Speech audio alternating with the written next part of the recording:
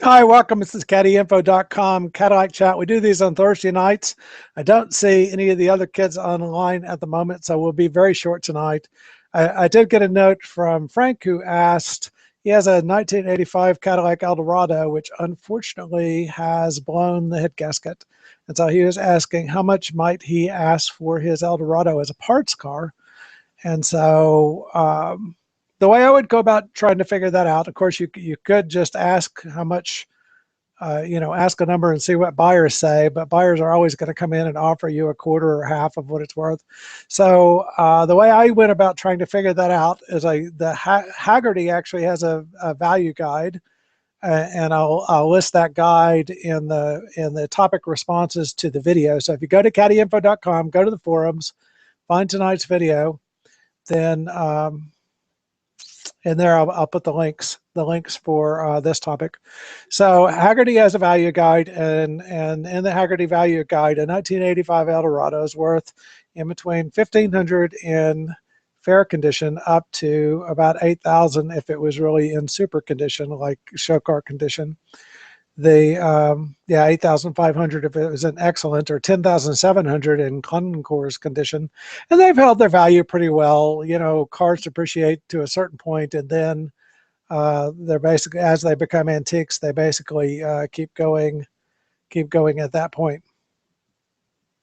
Okay, so if you were to go to not to the dealer. If you go to the dealer, an engine exchange, the engine repair or the engine replacement would be very expensive.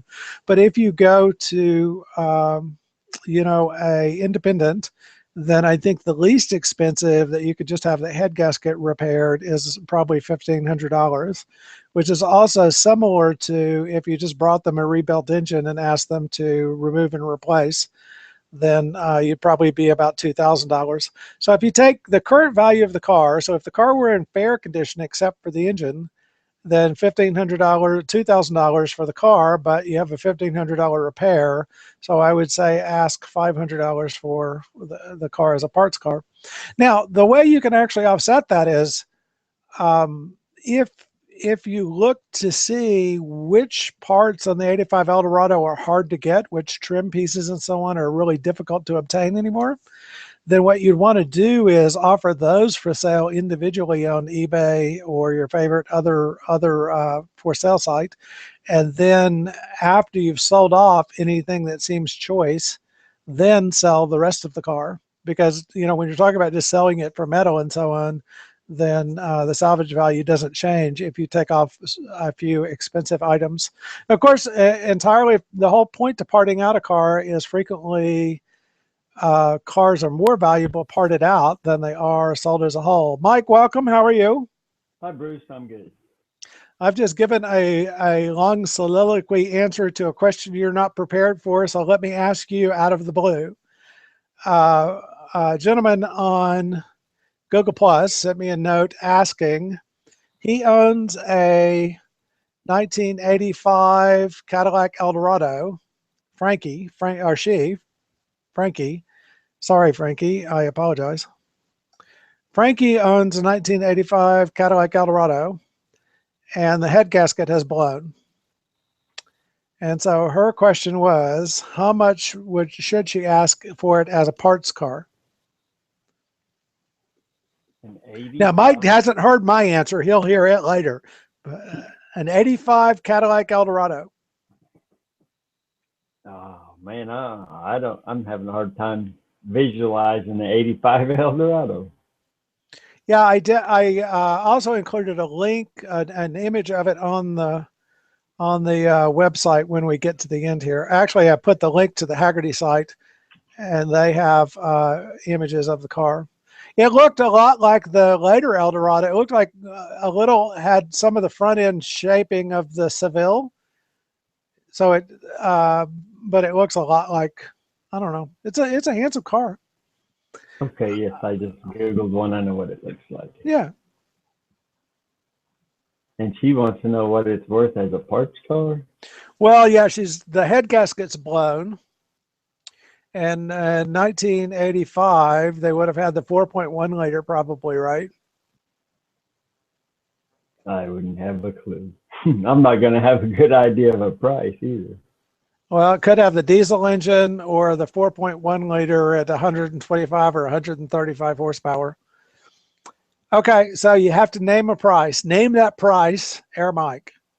550. $550.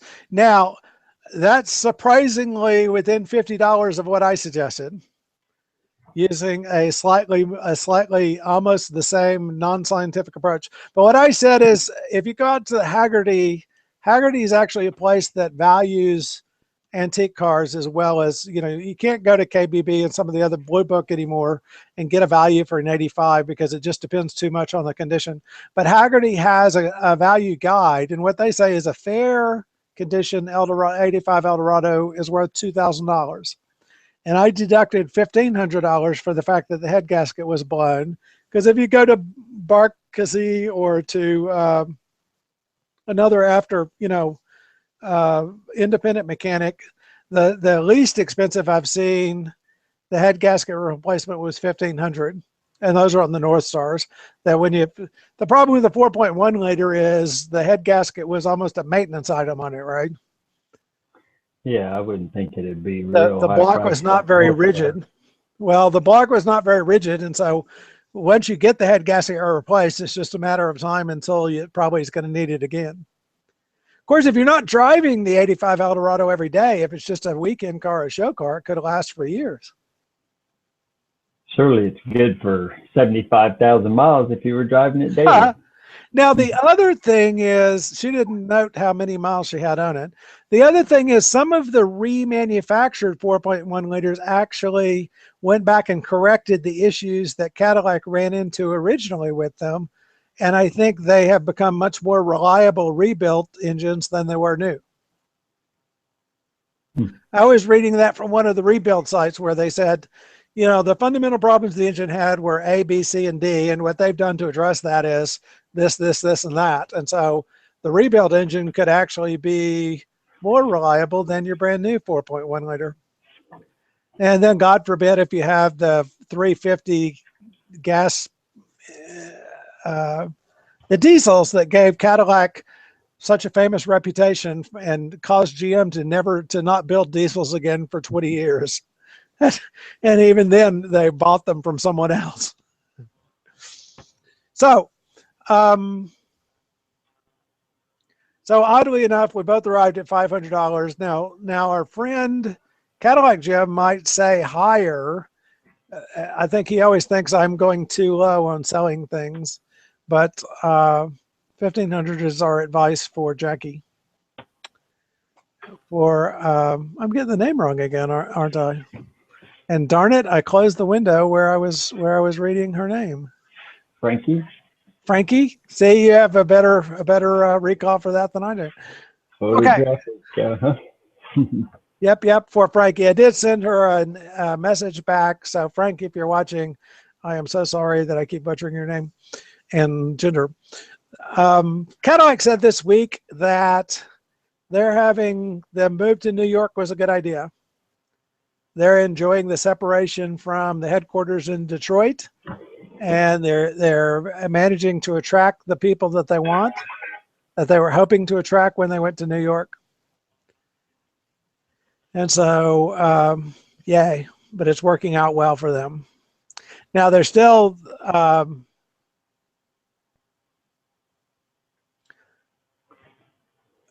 part of the appeal, according to the design boss, was in New York, you can attract some talent that wouldn't necessarily have thought of going into the automotive industry. Around Detroit, everybody dreams of working on cars, right? But in New York, you have designers that they were trying to design something else and ended up coming to work for Cadillac instead.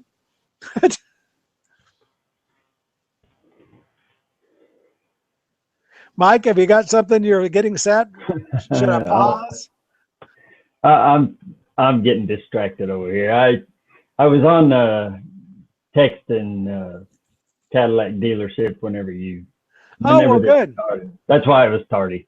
Are you finding out So do you have a Cadillac story that involves texting your dealership?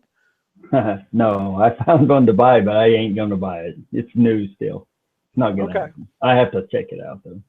Okay. Yeah, Tim Carroll said he and his friendly mechanic went out to a local Cadillac dealer and test drove an ATS-V. So we'll have to wait and hear his ATS-V story. My wife mentioned trading her Mustang off the other day, and if I did trade it off for one, I'd have to get an automatic, and if I got one for me, I'd have to get a standard, and I don't really expect that to happen. Can she trade for one of the other 6 cars in the garage? Oh yeah, I could trade one of the. Oh, for her trade? Yeah, couldn't she just start driving one of those? Or they're all spoken for? Oh, I'd have to give her the new car to drive, I'm sure. Oh, so she'd get the XLRV? Is that the newest one? The ATS, if we got one. If I traded her car off, she'd have to drive the ATS. Oh, I see. Well, there you go. So it'd have to be an automatic, you see. Yes.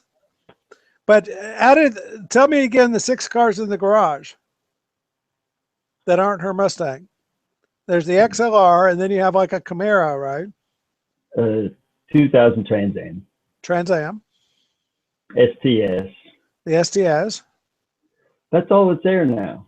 With the 05 Grand Prix, her daughter is taking So we're down to 4. So is the STS ready for her to drive? No. No. It's on the list getting air conditioner repaired. Okay. Now, do you do that air conditioning work too? Well, I'm supposed to be, except I'm in here on the computer. Oh, I see.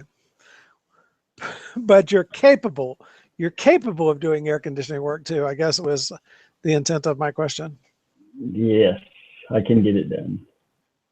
Now, I don't remember this whole story, but in 1987, so almost 30 years ago, Donald Trump was working with Cadillac on what was going to be the most opulent stretch limousine ever made. Do you remember this story? I have not heard this story. So Auto News had a couple of, they have an article on this topic, but yeah, it was going to be, Trump said that the head of Cadillac at the time, who was Grettenberger, approached him with the idea of developing a super stretch, super deluxe Cadillac bearing the Trump name. So they were going to have the Trump Golden Series and the Trump Executive Series, where the Golden Series was a bit more lavish than the Executive Series.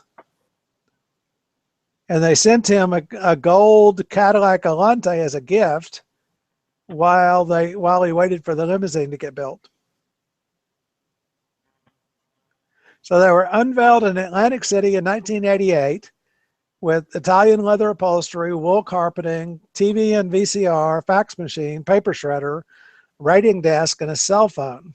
In 1988, a cell phone. And Trump, I wonder if that would be a satellite phone or a real cell phone. Yeah, bag phone, right? You can that see seems early for that, doesn't it?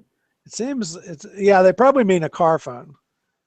I had a bag phone when they first came out. Can't remember when it was. Now, in his book, Mr. Grettenberger remembered this differently. He remembered Trump pitching the idea of co-sponsoring a limo to be built by a conversion company in Long Island. So that Trump would design the interior and then allow Cadillac to use Trump's name in promotional activities. And in the process, Trump intended to purchase 50 of them for his personal use. He was looking for a means to transport high rollers from, this is going to be the way to get good clients from New York City to Atlantic City to gamble. Oh, yeah. So they built the the 2 prototypes, but when it came time to place the order, there wasn't an order. So somewhere out there in the world, there are these 2 prototypes. So now we have to search out these two prototypes, 1987 Cadillac Trump limousines before the election. Yeah. But Grettenberger doesn't even know what happened to the prototypes, but it sounds like they delivered them to Trump or to, you know, the limousine company. They said no orders came of it, huh? Yeah, Trump documented this in his book, The Art of the Deal, and Grettenberger tells his version of it in his book, Ready, Set, Go, My Life at General Motors, Cadillac, Oldsmobile, Opel, and Isuzu. Grettenberger didn't have a great sense, in my mind, of book titles. Ready, Set, Go sounds good, but My Life at Ready, Set, Go, My Life at General Motors, Cadillac, Oldsmobile, Opel, and Isuzu. A long title. So my life through 5 cars, right? My life, I would have something snappier. Ready, set, go, go, go, go, go, go, go. Put 5 goes in there, and then as a subtitle, you can put, you know, by Grettenberger, president at General Motors, Isuzu, Cadillac, da da da da da da da. I think that's what I would have done. So, any Cadillac stories for us this week, Mike? No stories. We did have, since I was on here last, they had street races in Coffeyville, Kansas. You know, the Street Outlaws. It was a similar deal to that. And there was Street Outlaws is a reality show about like small clubs that do street racing, right? Yes, it's mostly centered around a group in Oklahoma City. Yes. And so they had the similar thing going on in Coffeyville, Kansas, which is 45 miles away from me. Good. There was a CTSV there. So they have no lights. It's just, you know, wave your arms or turn the light on. And it outran some Z06 Corvette, but I don't know what year of Cadillac it was. Right. I saw it sitting over there, but I didn't get close enough to it, or even don't know how to tell the 16 model from a 15. Oh, so they look pretty different. Well, I haven't seen the 16. I may have seen one, but I didn't know what to look for. The only complaint I have about the 16, the big difference on the 16, both the ATSV and the CTSV have vents in the hood. And 16 and 15 they did not. So you know it's a 16 if it has the vent in the you know, in the actual top of the hood, right? Oh, okay. The 15 has a power bump, but it doesn't have a vent. And right. Now on the side of the CTSV, there's actually a vent behind the front wheels also, and then they have the V emblem going into that vent. On the new one. Now, my complaint about the CTSV, and I know this is petty, but that emblem doesn't look like it's on straight to me. It kind of is at a downslope going into the side cut. It's hard to explain, but something I'm gonna have to start looking at. Yeah, let me see if I can find an image of it. Well, what it is it's too square with the car is going, the design of the car is a bit of a wedge shape going downhill toward the front, right? Right. And I think the emblem is too square with the slope of the wedge is the issue. But because it's too square with the slope of the edge, then it's not too square with the bottom edge, which is flat. So in other words, it's not body line on the bottom. Right. So in other words, the fender is sloped down like this. The rocker panel is flat, and the emblem is on there to match the top of the fender, which makes it look out of line with, not too square with the rocker panel. So the emblem needed to be wedge shaped. Yeah, there's no. I think Cadillac would say there's just no pleasing some people, but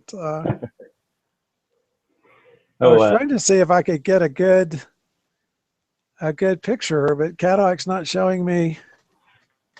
I went to the Cadillac site, which you'd think would have plentiful pictures of CTSVs, wouldn't you? But they have kind of you don't get to find zoomed in very much on the Cadillac site, do you? yeah. Whoop, that one's a video. I didn't want a video. I was hoping to have a Cadillac story for you. I was trying to get a race with a Hellcat while I was over at the street races. 704 horsepower versus, you figure yours is doing 525 or so? Right at 500. Right at 500. So you're giving away 200 horsepower before you start. And he doesn't weigh that. He weighs 400 pounds more than your car, right? No, your car's an XLRV. So he probably weighs 600 pounds more. Yeah, I would have said 500 or 600. Yeah. But he wouldn't run? No, he wanted to talk, but he didn't want to actually do it, I guess. What's the point of buying a Hellcat? I think it's a status, maybe. I don't know. I think they're going to take away his Hellcat card.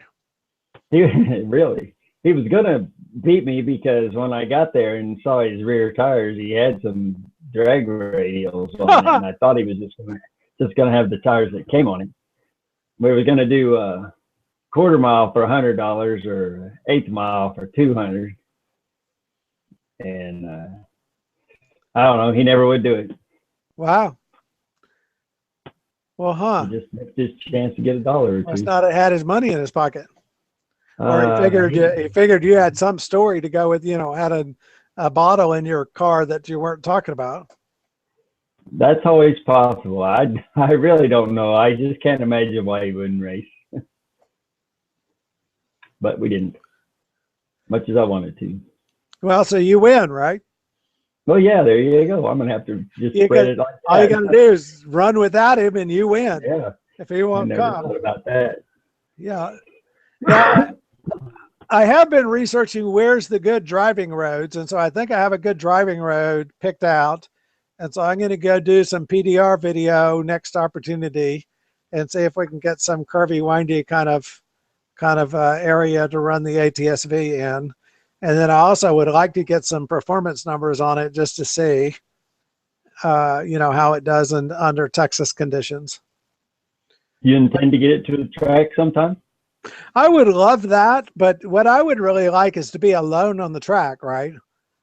And just... So if you crash, it's only you. I'd like to rent out the whole track and just be there, but that's not the way you get to go do. You need to go for a club day, or you have to get involved in an opportunity where people are going to the track. So you could go pay some money and drive one of the Cadillac's cars, and then you wouldn't have to worry about it if something happened to it, right? Oh, I'm not worried about if something happened to it. I would just enjoy, doing some laps in the car to get used to it and to see how much, which of the different settings is best, and just to run some comparative laps with the performance data recorder and so on. Right. But I'd like to do that deal where you get to go with a professional driver and they teach you how to drive it. Yep. And you got to wear your helmet. Yeah. I'm not so fan of the helmet, but hey, whatever it takes, right? Yeah. So after I think about the more I think about that, the more I think what I probably want is just like this private curvy road somewhere that I can map out a regular route so that when I want to take the car out for a drive, then I know the right area to go drive in, right? Where it's got a pretty blue bonnet along the way and forest land and a curvy road. So you would continue down this road multiple times and see if you could do better at it, or? Yeah, I've done that before. Where I went to university, there was a tight curvy road out to the lakes. It wasn't so much a time trial as it was just trying to see, how well you could do through the different curves. But with the PDR system, what it'll actually tell you is what your speed was through it maps out the curves for you and will show your speed through each curve. Right. So I think you really could do comparative routes in both directions, or pick out a big oval, a 5-mile oval, and run it that way within the speed limit, within the laws of the state, within conventions. You can get a ticket within the speed limit. Yeah, so we don't want that. We don't want to stack up a bunch of tickets, but so I'm hoping to go do that, and then I'll report back how. And that way I'll stake out an area so that next time you're in town, we can go out and have a rally run. Yes. The important part to these is you want a really curvy road that also has a barbecue place along the way. Yes, on the return trip. Yes, exactly. And so, but I live in the city or near the city, and so I need to find somewhere that's within range where I don't have to drive 4 hours to get there. And that's what I'm hoping that this is. The motorcycle riders are writing about this as a nice tight road that makes a fun motorcycle drive. So I'm hoping to get there before it gets civilized. Right. Because this area where I live now was the northern end of Plano one day, when we moved in here 20 years ago. But now it's the middle of Plano. Right. I know you didn't have your XLR that long, but I took mine to the Corvette homecoming that one year, and they had a nice place to go on the curves and hills, and we had a big snake. When it's a parade, yeah. Yeah, that seems fun. They drove them quite spirited, but of course somebody might be in front of you that's not quite as spirited as you either. Yeah, I can't take a week off for it, but some of the guys are talking about going on the Hot Rod Power Tour this year in June. Yeah. But I just was on the whatever that Cadillac forum is, and I saw they've got a guy running a 10 something or other in his ATSD. Nice. Yeah, pretty impressive. Just with recalibration and a downpipe, or what's he done for it? I can't remember, but it was downpipe and a tune, and there was something else, but there was nothing getting inside the motor or anything. Yeah. Yeah, I saw one of the things they were doing is they changed the cams out because they said at high RPM, the fuel pump wasn't getting the right signal, and the fuel pumps, it had something to do with, it's not that they were changing the lobes of the cam, but it's like something having to do with the fuel pump was also on the cam. Oh, really? And so they were changing the cams out to affect the fuel pressure. So I'll have to go back and read more about it. It all sounded like way too much trouble to me, but okay. Somebody was having. But do you want to go fast or not? So I want to, but I don't want to buy it. Now the new Corvette. Let's talk about that a moment. The Corvette, the Zora. They're talking about coming out with a mid-engine car that will be a Corvette, but not the Corvette. They'll still have the current Corvette, but maybe they'll extend the brand and have a Corvette Zora in addition to the Stingray. Would this be like a Hennessy or something, or is this going to be from Chevrolet? $150,000 car from Chevrolet. Well, they're going to sell it if they make it. There's no doubt in my mind. Now, what they're saying is it would be a mid-engine car, but this week the rumor was it would have a V6 turbo as opposed to the LS engines. And I wonder if that's my V6 turbo.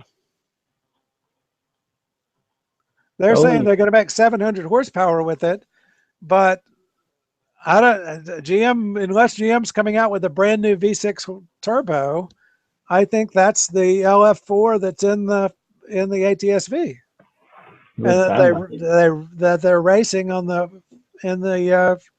Pirelli World Championship. Now it only makes 600 horsepower in that form, which has bigger turbos, but it also is regulated, right? It has air meters on restrictors on it. Now, how do you do restrictors on a turbocharged car? It must be boost. So wouldn't that drive your boost up even higher? But yeah, they run 28 pounds of boost. So my car runs 18, and they run 26 to 28 pounds of boost, and make 600 horsepower. I bet they could make a ton more horsepower, because you get these engines. Normally, you should get 4% more power for every pound of boost. So if they're running another 10 pounds of boost, they should get 40% more power than the 464 horsepower engine, which would give you close to 200 horsepower, huh? close to right 185 more, which would get you to 650, right?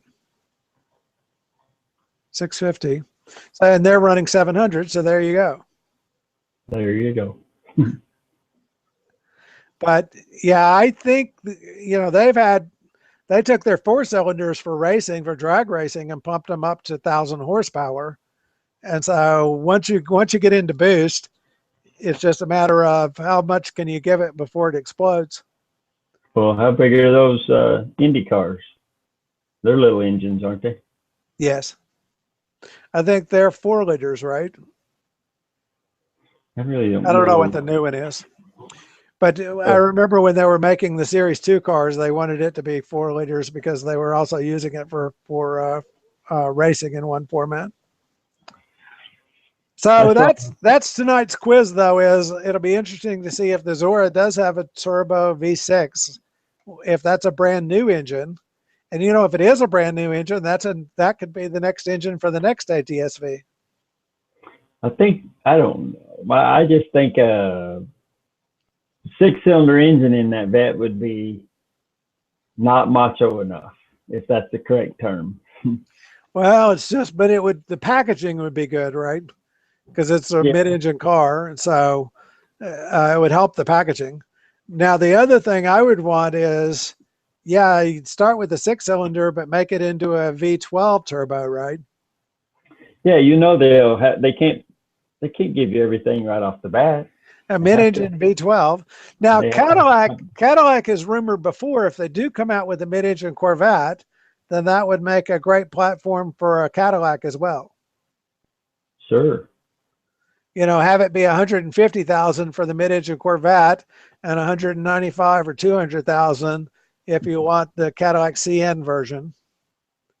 Now, you remember the CN prototype from 10 years ago or so, and they had that in some of the racing games, and I just loved it. It was a beautiful car on the track and a lovely car to drive, but it theoretically had a 750 horsepower V12 in it.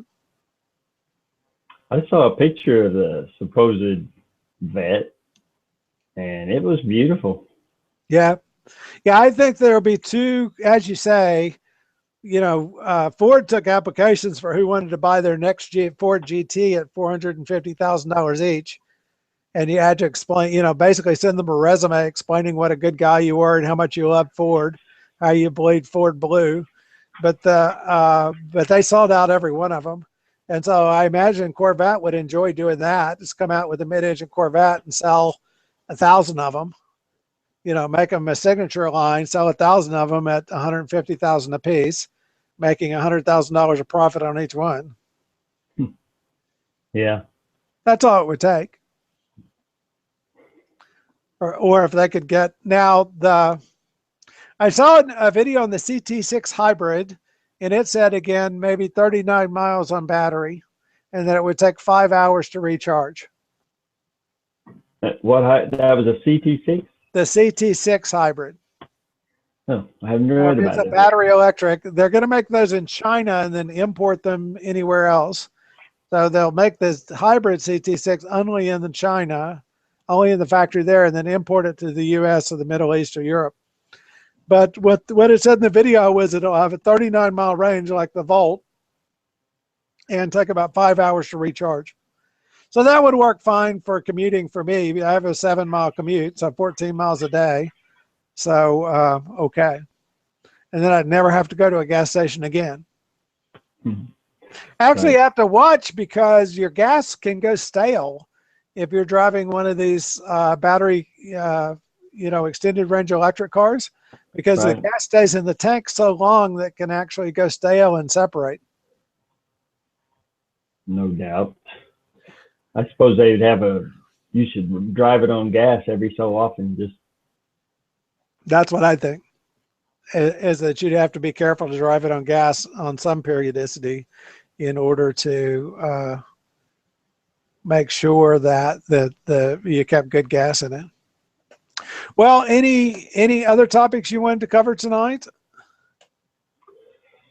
uh, I have a question, I guess, about just ask you questions about your ATS. Did you get Recaro seats in it? No, it did not. I got the sports seats, the default sports seats. If you don't get the Recaros were another $2,200, and I was Right. already spending as much as I wanted to spend and more. But I couldn't see. I was comfortable and happy in the default seats, and So so I what do you couldn't see think of spending them? another. What do you think of them now that you've had it for a while? I really like them. I was playing with so they have, the normal adjustments, and then they also have bolster adjustments where the side bolsters you could adjust to be tighter or looser. And so I was playing with that, so that the seat just perfectly fits me, if you see what I mean. And then the other thing, how you were mentioning before about how far the seat comes out lengthwise? Yes. Does it have the where your legs sit on it? It has a piece that comes out. Yes. Right. So there's a piece right there. I after you had said that, I was playing with my car, and there's actually a handle right there, and there's a couple of settings for the center section of the front of the seat. You can actually pull that out a setting or two settings, or push it back in a setting or two settings. And have you So used it's like that? you grab the seat and pull it, and Right. it gets longer. Or you can Right. push it back and it gets shorter. So I did that and pulled it out as far as it would go, because I need, I have long legs and need a longer seat. Oh, so you pulled it out and leave it out? Yes. Yeah, that's what I So did. did you drive sit in one with Recaro seat? No. Because I just remember the CTS that I didn't particularly care for the seats in, and then I sat in the CTS the other day when I drove that ATS, and I don't remember the seat feeling quite the same as it did before. Now the worth it to me for the Recaros, and this year they weren't ventilated. So in the CTS, in the last generation CTSV, they were heated and ventilated. But I don't really like the cooled seats anyway. But I thought that was a nice feature that they didn't carry forward into the new ATSV. But the thing that they could have got me on was, if you get the Recaro seats, you could get them in that saffron, the yellow. Right. And I thought the black interior with the yellow center seats was really Yeah. a good look. And so they could have got me that way if they shown Right. me a car with the saffron seats, with the saffron Recaro seats. Then but no, I was trying to stay away from the $2,200 charge. So when you and I sat here several weeks ago and we're doing which ATSV would you get on the shopping site, which is Mhm. what started this whole buying process to begin with, because I didn't realize I didn't need the track pack. The track pack's actually a trick. Nobody needs the track pack. The track pack's only if you're going to use your car as a track car and nothing else. And so once I got that $10,000 option off my form, then things fell into place. The track pack and the carbon fiber are not required options for me, and so the Recaro seats also fall in that category. No, but The I'm very happy with the seats in mine. The only issue I have with mine is it does have a squeak somewhere, and I need someone else to drive it and sit in the passenger seat or sit in the back seat and figure out which trim piece is squeaking. Well, I'd volunteer, but I'm not getting to Texas. Yeah, you got to anytime. come to town. But the pickup, the acceleration are terrific. The cornering is wonderful. It tracks well. I love the PDR, and I've been running the PDR as a dash cam every day, just for my normal commute and so on. Um, um, See, the PDR is not going to be a great attraction for me. I would like it, but I won't pay for it. Although well, that's one see, of the things you really wanted, right? yeah, because I want to go run this curvy road and upload the video, right? But Right. but that's the trade for you is don't get the $1,100 PDR, and then you've got more budget for your $2,200 Recaros. But I'm looking at the suede steering wheel, Recaro seats, and the The HUD. Alcantara steering. Right, Now, right, if the ATS-V they don't put the wood steering wheels in the performance cars because the wood gets too slippery. But I would much rather have a wood steering wheel. I just love the wood trim steering wheels like my XLR had. And that was a big selling point to me of the regular XLR over the XLR-V. Oh, really? And whenever I would drive it, I would enjoy that wood steering wheel.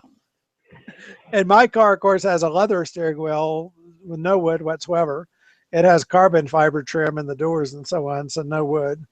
But I have really enjoyed the ATS-V so far. I was shocked when I went to my my cousin Bill's funeral that it got 28 miles to the gallon Awesome. both ways. And so it took me, I was halfway there. I had to go to Bastrop, Louisiana, but I was halfway there before I realized what setting I needed to set to record the miles per gallon. But Oh, yeah. the average overall, and this is a 280 mile trip or 300-mile trip in that range each way. But the average overall was more than 28 miles to the gallon each direction. And the highest for a 50-mile section, because the metrics in the ATS-V keep up with how you've done over the last 50 miles. Right. So the best 50-mile section was 31.6 miles per gallon. Really? And now, did yours have the 373 gear ratio or? No, it Yeah. has a lower gear ratio. It has a numerically lower gear ratio. Yeah, automatic or the I want to standard? say I have the automatic. I have the Oh, 8-speed. right. So All I have right. the 8-speed, and they used a lower gear ratio with the automatic than with the manual. Right. And It's a two and something. the normal 3.6 liter gets about that kind of fuel economy. And so you would think if you stay out of the turbo, that the turbo would get about the same as the normal one, right? Well, obviously that's the case, huh? And obviously that's the case. But it's rated for 25 miles per gallon. Right. And I read that on the forum, but where I read about the guy going in the tens. Somebody said it was the first car they've had. They got better than advertised gas mileage. Yes. So go Cadillac. Yeah. Or they, but as soon as you get on the gas, your miles per gallon goes away, right? But so the other kind of odd thing with the ATS-V. So it instead of having the set your cruise control on the stock, it has set your cruise control as a rocker switch on the steering wheel, which is fine. But if you just press the right end of the rocker switch, which has the little cruise control symbol next to it, the cruise control comes on, but no speed is set. In other words, So you have a set button after that. so the way you really turn it on is you don't press the right end of the rocker switch where the cruise control button is. You push down on that rocker switch, which is set the speed if you don't have a speed set, or take away 1 to 5 miles an hour if you do have a speed set. And you push up on that rocker switch to add, go 1 mile an hour faster, 1 mile an hour faster, 1 mile an hour faster, so you can dial it in, just like you used to do by pushing the button on the turn signal. But what surprised me, I couldn't figure out how to get the cruise control to turn on, because I kept pushing the cruise control button. The icon would come up on the dash, cruise control's on, but the no speed was set, and it would stay on, and the car would keep slowing down. But once I figured, yeah, you push down on that rocker switch. It's not because if you have a speed set and you interrupt the cruise control, you can hit the right end of that rocker switch to turn the cruise control back on at the previous set speed. So Oh, really? I understand the functionality, but if you don't have a set speed, then what they should have done is they should have had turning on the cruise control to set the speed to your current speed, right? Just by And turning it on. yeah, just by turning it on. If I don't have a set speed, then adhere to the current speed.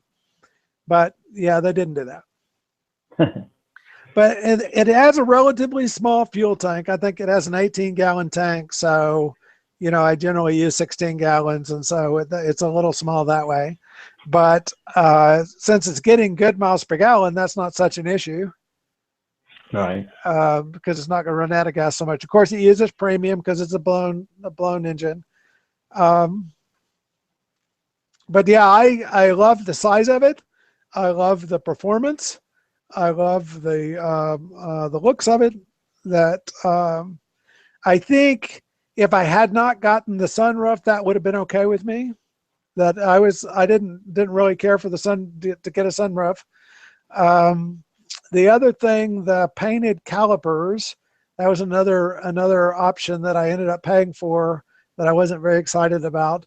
But in the look of the car, I think the red painted calipers look better than if they'd been silver. So there's some recompense there.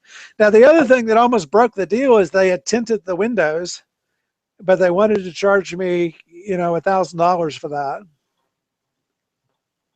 And so we almost couldn't reach agreement because they had tinted the windows.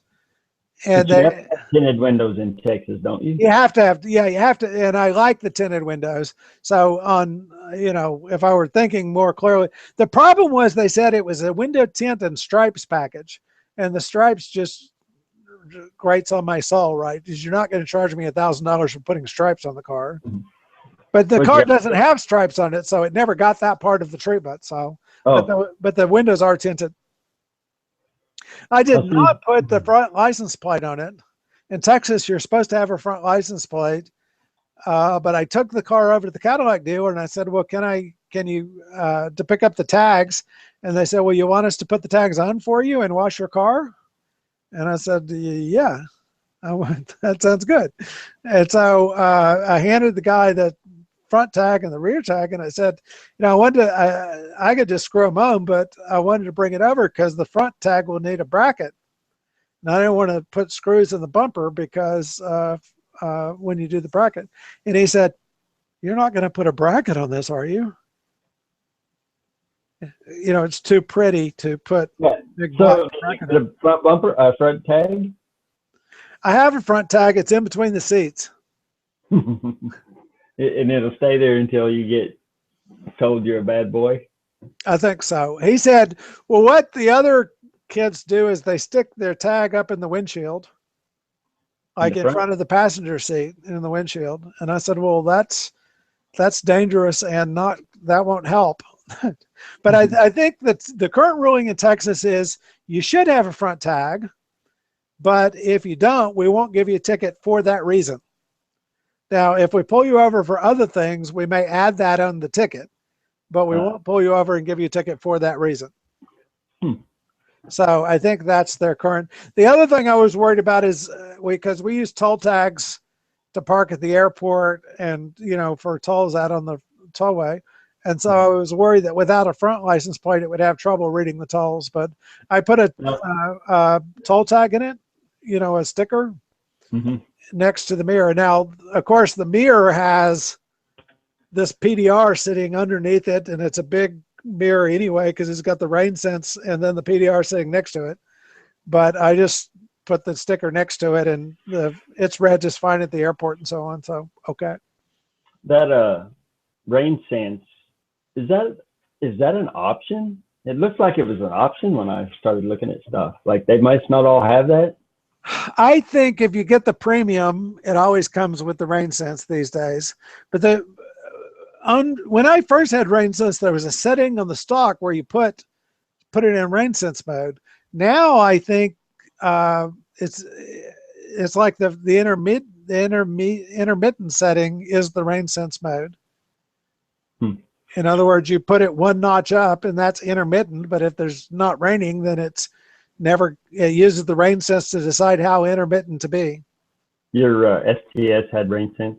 Yes. Yeah, and my previous STS before that. My STS-V did, and the STS before that did, the 96. So. I got what do you call it? I'm going to send you a site to go to when we get a chance here. I don't know how to send it to you. Yeah, and when we're on chat, what you can actually do is there's a chat window up in the thing that'll let you type in while we're here. So if you go over to the left, there's a blue icon that says chat, and if you click on that, then and you can see there's a little chat window, and then when I type in it, it puts a little thing over my head, right, that says whatever I typed. Or maybe it only does that if you don't have chat open.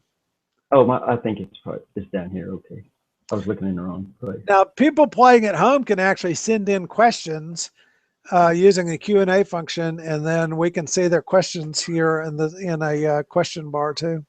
Anyway, but yes, send it to me however it's convenient, and that will be. It's on that chat. Can you see it now? No. Oh, I guess I didn't push send. There you go.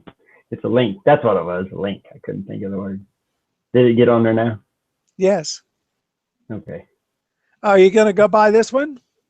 Oh, I'd love to, but you know, that's the one that had me busy when I got on here. Boy, one owner, only 365 miles, and they're already selling it. It's carbon fiber, you know, and all that stuff. Oh, that's an expensive car.